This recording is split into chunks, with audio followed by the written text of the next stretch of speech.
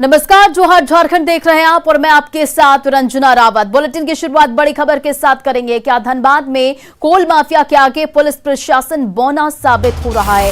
ये हम नहीं कह रहे, बल्कि जो तस्वीरें सामने आ रही है वो इसकी पुष्टि करती है। धनबाद में बीसीसीएल एरिया 5 प्रबंधन की ओर से रामकनाली ओपी के बुट्टू बाबू बंगला के पास अवैध मुहाने की भराई की गई थी, लेकिन हैरत की बात है कि इसी जगह पर अवैध कोयला खनन का काम अभी भी चल रहा है। प्रबंधन पर कार्रवाई के नाम पर महज खानापूर्ति के आरोप लग रहे हैं। दरअसल आपको बताते चले कि अवैध कोयला खनन का एक वीडियो वायरल हुआ है, जिसमें सैकड़ों मजदूर खदान में कोयला कटाई और ढुलाई करते नजर आ रहे हैं। यहां जरा सी भी चूक हुई तो बड़ा हादसा हो सकता है।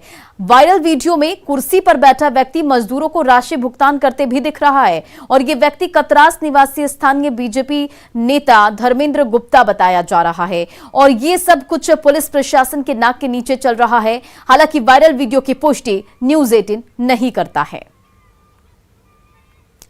तो धनबाद से ये तस्वीरें आपके सामने, जिस का वीडियो वायरल हुआ। हालांकि इस वायरल वीडियो की पुष्टि न्यूज़ 18 नहीं करता है, लेकिन आप तस्वीरों में साफ देख सकते हैं कि मजदूर जो हैं वो खदान में कोयला का कटाई और ढुलाई करते नजर आ रहे हैं और यहां जरा सा भी चूक अगर होती है तो एक बड़ा हादसा हो सकता है। और आप ये भी देखिए कि इस वायरल वीडियो में एक व्यक्ति जो है वो मजदूरों को राशि का भुगतान भी करते दिख रहा है और ये जो व्यक्ति है कतरास निवासी स्थानीय बीजेपी नेता धर्मेंद्र गुप्ता बताया जा रहा है। उधर गोड्डा से राजधानी रांची के लिए आज इंटरसिटी ट्रेन को हरी झंडी दिखाई जाएगी। राजधानी रांची के लिए गोड्डा से ये दूसरी ट्रेन होगी। इसे लेकर रेलवे स्टेशन पर तैयारी अंतिम चरण में है और यहां परिवहन मंत्री चंपई सोरेन मुख्य अतिथि रहेंगे और वहीं गोड्डा सांसद निशिकांत दुबे के साथ कई विधायक भी वहां पर मौजूद रहेंगे। पिछली बार की तरह यहां झड़प नहीं हो, इसे लेकर सुरक्षा के विशेष इंतजाम किए गए हैं और इस ट्रेन का किराया जनरल क्लास के लिए 7 रुपए तो वहीं स्लीपर क्लास के लिए 140 रुपए रखा गया है। और अधिक जानकारी दे रहे संवाददाता गौरव झा। गोड्डा से राजधानी रांची के लिए आज इंटरसिटी ट्रेन का उद्घाटन होने जा रहा है। उसे लेकर तमाम तैयारियां यहां पूरी कर ली जा चुकी है। हम आपको दिखा दें कि आज 2:15 पर इसी जगह से उस ट्रेन को हरी झंडी दिखाई जाएगी।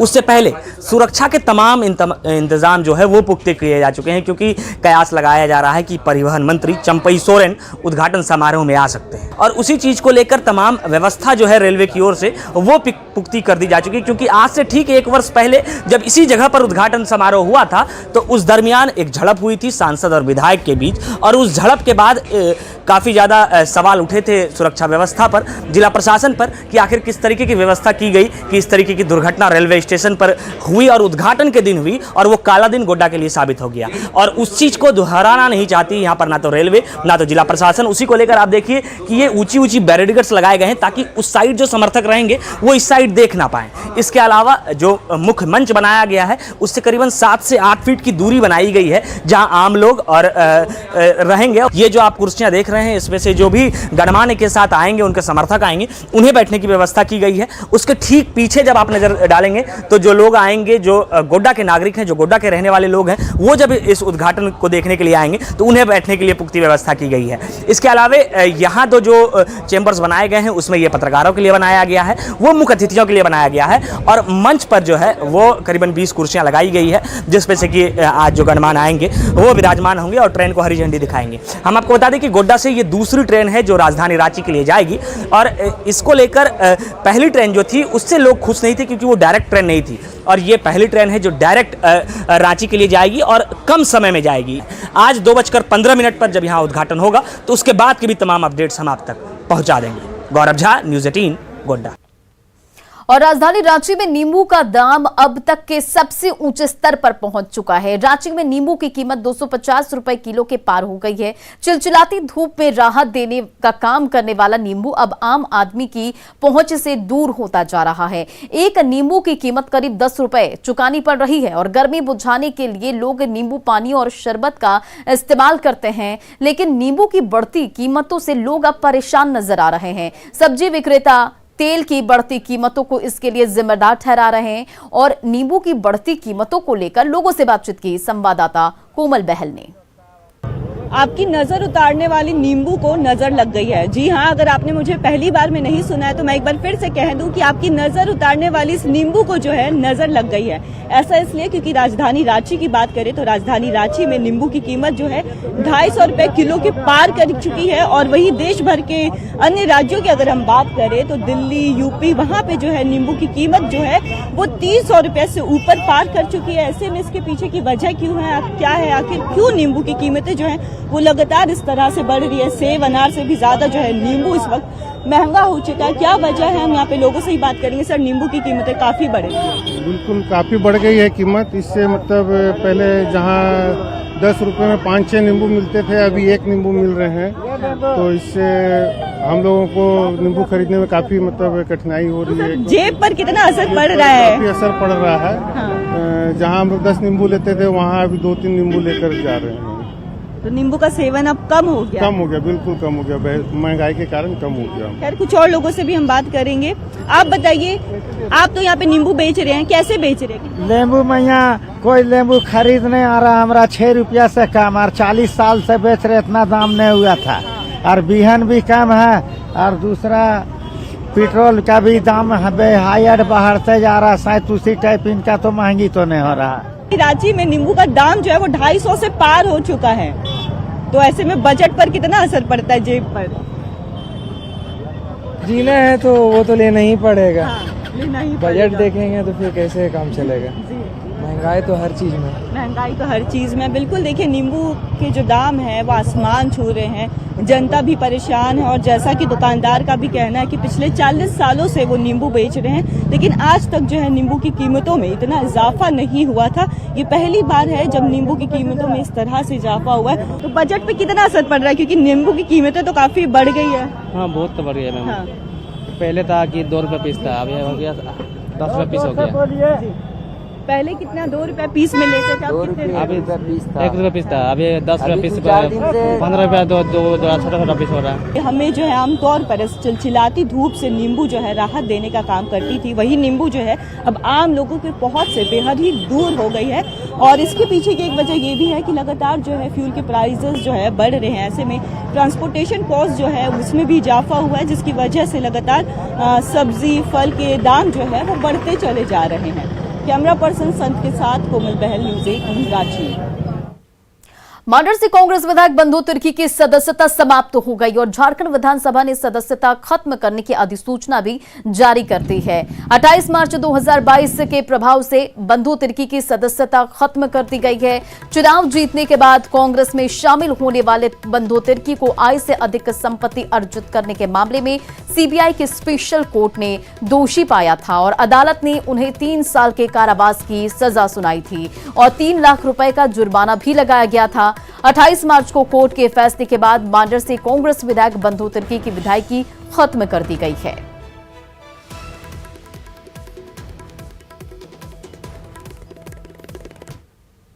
जेएमएम विधायक सीता सोरेन की शिकायत पर पीएमओ ने संज्ञान लिया और वन, पर्यावरण और जलवायु परिवर्तन मंत्रालय को जांच कराकर कार्रवाई का निर्देश दिया है। मामला झारखंड में अवैध खनन और वनों की कटाई का है। पिछले दिनों सीता सोरेन ने राज्यपाल रमेश बैस से मिलकर राष्ट्रपति और प्रधानमंत्री के नाम एक ज्ञापन सौंपा था, जिसमें सीता सोरेन ने चतरा में आम्रपाली परियोजना से कोयले की अवैध ढुलाई और बिना अनुमति वनों की कटाई की शिकायत की थी। सीता सोरेन ने यह भी आरोप लगाया था कि निजी कंपनियों के अधिकारी है वो नियमों को ताक पर रखकर झारखंड को लूटने में लगे हुए हैं। सीता सोरेन की इस शिकायत पर पीएमओ ने 1 हफ्ते के भीतर संज्ञान लिया है और पूरे मामले की जांच कराकर कार्रवाई को निर्देश भी दिया है, जिसकी जानकारी पीएमओ की पब्लिक ग्रीवांस सेल ने सीता सोरेन को ईमेल के जरिए दी है।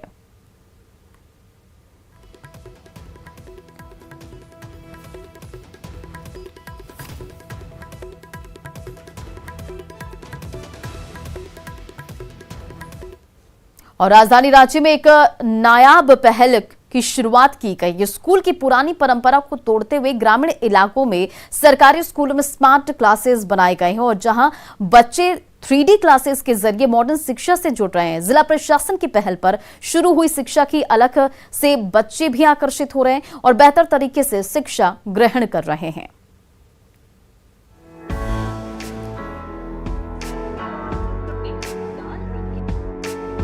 सरकारी स्कूलों का नाम लेते ही कॉपी किताब, पेंसिल, ब्लैक बोर्ड जैसी तस्वीर सामने आती है, जहां शिक्षक बच्चों को पारंपरिक रूप से पढ़ाते नजर आते हैं। लेकिन जरा ठहरिए, आज आपको लेकर चलते हैं रांची में खलारी ब्लॉक में बुकबुका पंचायत के महावीर टोला में, जहां सरकारी स्कूल तेजी से स्मार्ट क्लास के तौर पर उभर रहे हैं। यह स्मार्ट क्लास में VR बॉक्स यानी वर्चुअल रियलिटी बॉक्स के जरिए बच्चों को पढ़ाया जाता है। पूरा क्लास शांत है और बच्चे आंखों पर VR बॉक्स लगाए विज्ञान की बारीकियों को समझ रहे हैं। शुरुआती दौर में यहाँ पर्यावरण और विज्ञान विषय की शिक्षा दी जा रही है। 3D क्लास के जरिए विजुअल बेस्ड कंटेंट से बच्चे आसानी से सीख और समझ भी रहे हैं। क्लास में पिक्चर के माध्यम से पढ़े जो कि क्लास में ऐसा नहीं पढ़ाया जाता था। इससे हम लोग बहुत सीख मिलती है। मतलब अच्छा जल्दी सीख जाते हैं आप लोग? हाँ, जल्दी सीख जाते हैं। उसमें जल्दी समझ जाते हैं। ऐसी क्लास में होता है तो उसमें जल्दी समझ में आते हैं। इसमें सबसे अच्छा स्मार्ट क्लास है। सूक्ष्म जीव के बारे में पढ़ा जो कि हर जगह पाए जाते हैं, पत्तों में, मृत जीव में, पानी में भी पाए जाते हैं और हमारे शरीर में भी पाए जाते हैं। मतलब अच्छा लगा, बहुत अच्छी तरीके से समझ गए। Yes sir. इस पढ़ाई से जहां बच्चे खुश हैं, वहीं नई तकनीक का इस्तेमाल कर शिक्षक भी बेहतर तरीके से बच्चों को समझा पा रहे हैं। इससे उनका काम भी आसान दिख रहा है। तो स्कूल के प्रिंसिपल क्लास में बच्चों की बढ़ती उपस्थिति को स्मार्ट क्लासेस की ही देन बता रहे हैं। चित्रों के माध्यम से बच्चे को देख रहे हैं, जैसे पिक्चर में देखते हैं तो लगता है कि तुरंत समझ जाते हैं, कार्टून वगैरह देखते हैं तो तुरंत समझ जाते हैं। उसी तरह इसको भी चित्रों के माध्यम से हम पाठ को जब पढ़ाते हैं तो उन्हें लगता है कि हाँ तुरंत समझ जाते हैं और बच्चे उनका जवाब जो पूछते हैं वो जवाब दे देते हैं। VR साइंस है जो यहाँ पर स्मार्ट क्लास के जरिए यहाँ पर दिखाई जा रही है। बच्चे सभी भी बच्चे यहाँ पर जोश के साथ यहाँ पर नए टेक्निक के माध्यम से देखने का प्रयास कर रहे हैं। बहुत ही अच्छे तरीके से मतलब बच्चे हैं कि सीख जा रहे जल्दी। तो इस लैब आया ना, तब से हमारे बच्चे की उपस्थिति बहुत काफ़ी बढ़ गई है और जो बच्चे दूरी बनाकर रहा करते थे वो रेगुलर आना प्रारंभ कर दिए हैं। VR बॉक्स के जरिए रांची के 4 स्कूलों में पायलट प्रोजेक्ट की शुरुआत की गई है। आने वाले दिनों में रांची के 18 प्रखंडों के 2 स्कूलों में इस प्रोजेक्ट को लगाने की योजना है, जिसकी जिम्मेदारी संस्कारा संस्था को दी गई है। 4 स्कूल में स्टार्ट किया गया है पायलट प्रोजेक्ट के हिसाब से। अब ये हर ब्लॉक में 2 स्कूल के हिसाब से करीब 18 ब्लॉक हैं हमारे रांची में, तो उस हिसाब से 36 स्कूल हम लोग अभी इसका टारगेट कर रहे हैं और अभी 4 स्कूल से हम लोगों ने स्टार्ट किया। एक पायलट प्रोजेक्ट है ये। पढ़ेंगे तभी तो आगे बढ़ेंगे बच्चे, ये सूत्र वाक्य है। लेकिन अगर पढ़ाई स्मार्ट क्लास में हो और VR बॉक्स के जरिए विजुअल मीडिया के साथ नॉलेज मिले तो वो दिन दूर नहीं जब ये बच्चे न केवल आगे बढ़ेंगे बल्कि राज्य के साथ देश को भी तरक्की की नई राह पर ले चलेंगे। रांची से न्यूज़ 18 के लिए ओम प्रकाश की रिपोर्ट। झारखंड में अप्रैल महीने में ही मई वाली गर्मी है। भीषण गर्मी की वजह से स्कूल के बच्चे परेशान हैं। स्कूल में दोपहर 1 बजे के बाद बच्चों की छुट्टी दी जा रही है और ऐसे में अभिभावक स्कूल की टाइमिंग में बदलाव करने की मांग कर रहे हैं।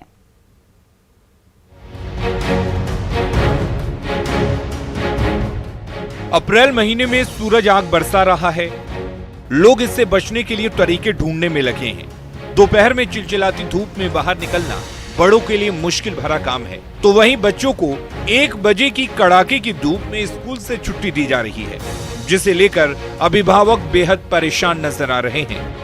6:30 या 7 और आवर्स थोड़ा घटा दिया जाए, जैसे 11 कर दिया जाए, क्योंकि बहुत गर्मी बंद नहीं कर किया जाए, क्योंकि अभी तो स्टार्टिंग है। बच्चे लोग अभी 1 दिन तो हुआ ही ये लोग का।